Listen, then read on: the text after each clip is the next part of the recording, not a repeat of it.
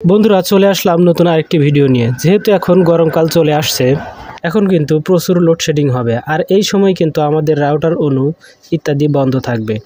আর তাই আজকের এই ভিডিওতে দেখাবো কিভাবে 2 সেলের একটি ব্যাটারি ম্যানেজমেন্ট সার্কিট দিয়ে একটি 12 ভোল্টের ব্যাটারি প্যাক তৈরি করা যায়, যেটা দিয়ে লোডশেডিংয়ের সময় রাউটার অনু ইত্যাদি নিরবিচ্ছিন্নভাবে চালানো যাবে। তো চলুন শুরু করি ভিডিওটি।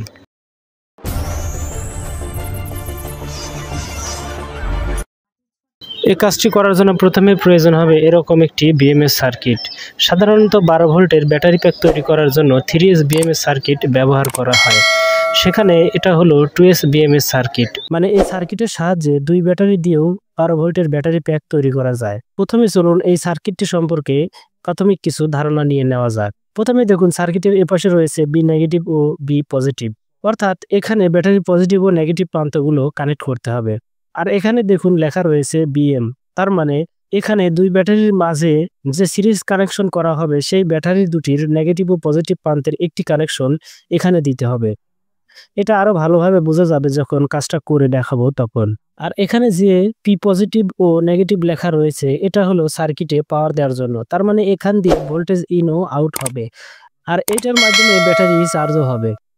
এবার চলুন সার্কিটের সাথে ব্যাটারিগুলো কানেক্ট করে ফেলি। তো আপনারা দেখতে পাচ্ছেন আমি মোট 4টি 18650 মডেলের ব্যাটারি নিয়েছি। এখন এই 4টি ব্যাটারিকে আমি দুটি করে 2 ভাগে ভাগ করে নেব। এবার বোথ সাইড টেপ দিয়ে 2টি ব্যাটারি একত্রে করে নেব। একত্রে করে নেওয়ার সময় খেয়াল রাখতে হবে যেন ব্যাটারির পজিটিভ প্রান্তগুলো একদিকে থাকে, তার মানে এই 2টি ব্যাটারি হবে প্যারালাল কানেকশন।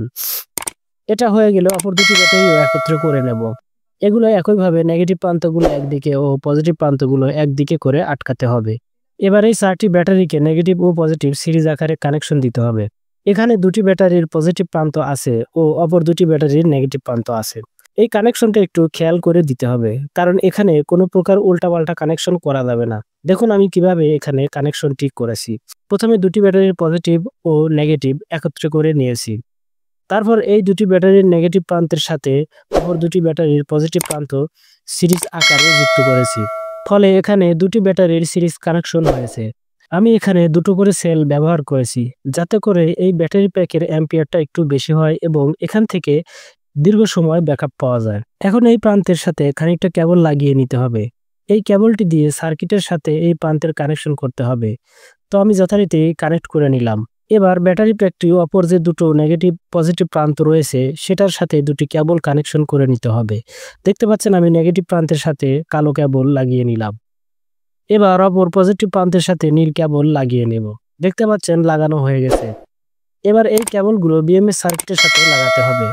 তো চলুন দেখাই কিভাবে এই কেবলগুলো কানেক্ট করতে হবে। দেখতে পাচ্ছেন আমি সার্কিটটি নিয়েছি। এবার সার্কিটের এই ব্যাটারি নেগেটিভে কালো কেবলটি লাগিয়ে নিলাম। এটা লাগানো হয়ে গেলে অপর নীল কেবলটি সার্কিটের বি পজিটিভ অর্থাৎ ব্যাটারি পজিটিভ টার্মিনালের সাথে লাগিয়ে নেব। তো বন্ধুরা আপনারা দেখতে পেলেন কিভাবে সার্কিটের সাথে কানেকশন করে দিলাম। এই সকল কানেকশন কোনোভাবে ভুল করা যাবে না, ভুল হলে সার্কিটটি কিন্তু বাদ হয়ে যেতে পারে। এবার অপর সাদা তারটি সার্কিটের বিএম লেখা প্রান্তের সাথে কানেকশন করে দিতে হবে। এই কেবলটি হলো 2 ব্যাটারির মাঝের কানেকশন, যেখানে নেগেটিভ ও পজিটিভ সিরিজ করা হয়েছে, যেখানে ব্যাটারির নেগেটিভ ও পজিটিভ প্রান্তগুলো সিরিজে যুক্ত হয়েছে। তো বলতে বলতে দেখতে পাচ্ছেন আমি কানেকশনটি করে ফেললাম। এবার আমি সার্কিটের আউটপুট ভোল্টেজ চেক করে দেখাবো এখানে কত ভোল্ট শো করে। তো সার্কিটের আউটপুটে মিটার ধরতে দেখতেই পাচ্ছেন এখানে 7.73 ভোল্ট শো করতেছে। এখানে এটাই হওয়ার কথা, কারণ এগুলো 3.7 ভোল্ট করে। এবার সার্কিটের আউটপুট প্রান্তের সাথে 2টি কেবল কানেক্ট করতে হবে, যে কেবল দিয়ে একই সাথে ব্যাটারি প্যাকটিকে চার্জ করা যাবে ও এখান থেকে আউটপুট নেওয়া যাবে। তো দেখতে পাচ্ছেন আমি ব্যাটারির পাওয়ার প্রান্তের সাথে পজিটিভ টার্মিনালের সাথে একটি সাদা কেবল কানেক্ট করে নিচ্ছি। এটা লাগানো শেষ। এখন সার্কিটের নেগেটিভ প্রান্তের সাথে একটি কালো কেবল সোল্ডার করে নেব। তো বলতে বলতে সোল্ডার করা শেষ। সোল্ডার করার পর দেখতে পাচ্ছেন কেবল 2টি। এখন একটি ভোল্টেজ বুস্টার সার্কিট লাগবে। দেখতে পাচ্ছেন আমি একটি ভোল্টেজ বুস্টার সার্কিট নিয়েছি। এটা আমি দারাজ থেকে নিয়েছিলাম। একটি ইউপিএস তৈরির প্যাকেজের সাথে এটা পেয়েছি, তবে আপনারা দারাজে খুঁজলে এটা আলাদাভাবেও কিনতে পারবেন। দেখতে পাচ্ছেন সার্কিটের উল্টো পাশে এটার ইনপুট ও আউটপুট প্রান্তের ডিরেকশন দেওয়া রয়েছে। এই ডিরেকশন অনুসারে কানেকশন করতে হবে। তো আমি এখন এটায় কানেকশন দিয়ে দেব। সার্কিটের ইনপুট প্রান্তের নেগেটিভ টার্মিনালের সাথে ব্যাটারি নেগেটিভ তারটি কানেকশন করব। এটা কানেক্ট করা হয়ে গেলে অপর পজিটিভ তারটি বুস্টার মডিউলের পজিটিভে কানেকশন করে নেব। দেখতে পাচ্ছেন কানেক্ট করার সাথে সাথে সার্কিটের পাওয়ার এলইডি লাইটটি জ্বলে উঠেছে। তার মানে সার্কিটটি ভালো আছে এবং এটা ঠিকঠাক মতো কাজ করছে। এখন এটার আউটপুট প্রান্তে কত ভোল্টেজ এলো সেটা চেক করে দেখার পালা। তো তার জন্য আমি মাল্টিমিটার দিয়ে এটা চেক করব। তো দেখতে পাচ্ছেন মিটার ধরতেই মিটারে 12 ভোল্ট শো করতেছে। এবার চলুন সার্কিটের ইনপুট প্রান্তের সাথে ভোল্টেজ চেক করি। দেখুন ইনপুট প্রান্তে কিন্তু 7 ভোল্টের কিছুটা বেশি দেখাচ্ছে। তার মানে সার্কিটটি প্রপারলি কাজ করছে।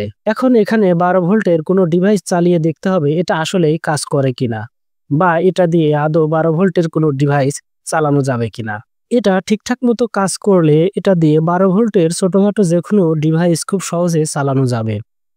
তবে এটা দিয়ে 12 ভোল্টের মোটর চালানো যাবে না। তো এটা দিয়ে আমি এখন একটি রাউটার চালিয়ে দেখাবো। তো তার জন্য আমি একটি ডিসি সকেট নিয়েছি, আর ডিসি সকেটের সাথে খানিকটা কেবল লাগানো রয়েছে।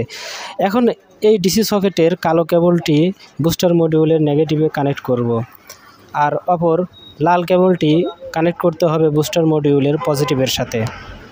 চমৎকার সব ইলেকট্রনিক্স ইউনিক গ্যাজেটের রিভিউ, বিভিন্ন প্রকার ইলেকট্রনিক্স গ্যাজেট রিপেয়ারের ভিডিও ও নানা রকম ইলেকট্রনিক্স গ্যাজেট তৈরির ভিডিও পেতে মাইক্রো প্রজেক্ট বাংলা চ্যানেলটি সাবস্ক্রাইব করে রাখুন। নিয়মিত ভিডিওর নোটিফিকেশন পেতে বেল আইকনটি ক্লিক করে রাখতে পারেন। চ্যানেলের অন্য সব মজার ভিডিওগুলো মিস করে থাকলে চ্যানেলটি ঘুরে আসতে পারেন, হয়তো আপনার কাঙ্ক্ষিত ভিডিওটি পেয়ে যেতে পারেন।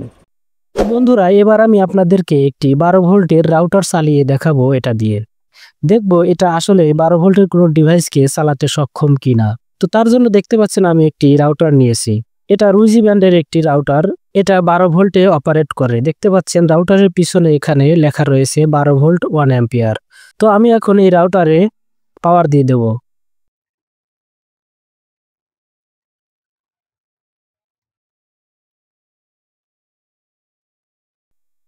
তো পাওয়ার দেওয়ার সাথে সাথে দেখতে পাচ্ছেন রাউটারের এপাশে এই পাওয়ার এলইডি লাইটটি কিন্তু জ্বলে উঠেছে। তো এটা থেকে বোঝা গেল যে এই ডিভাইসটি দিয়ে যে কোনো 12 ভোল্টের ডিভাইস খুব সহজে চালানো যাবে।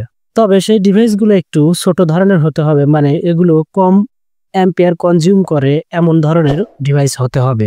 তো বন্ধুরা, ভবিষ্যতে এটা দিয়ে একটি কমপ্লিট ইউপিএস তৈরি করে দেখাবো, যেটা দিয়ে রাউটার অনু ইত্যাদি চালানো যাবে। ভিডিও আজ এ পর্যন্তই। ধন্যবাদ এতক্ষণ ভিডিওটি দেখার জন্য।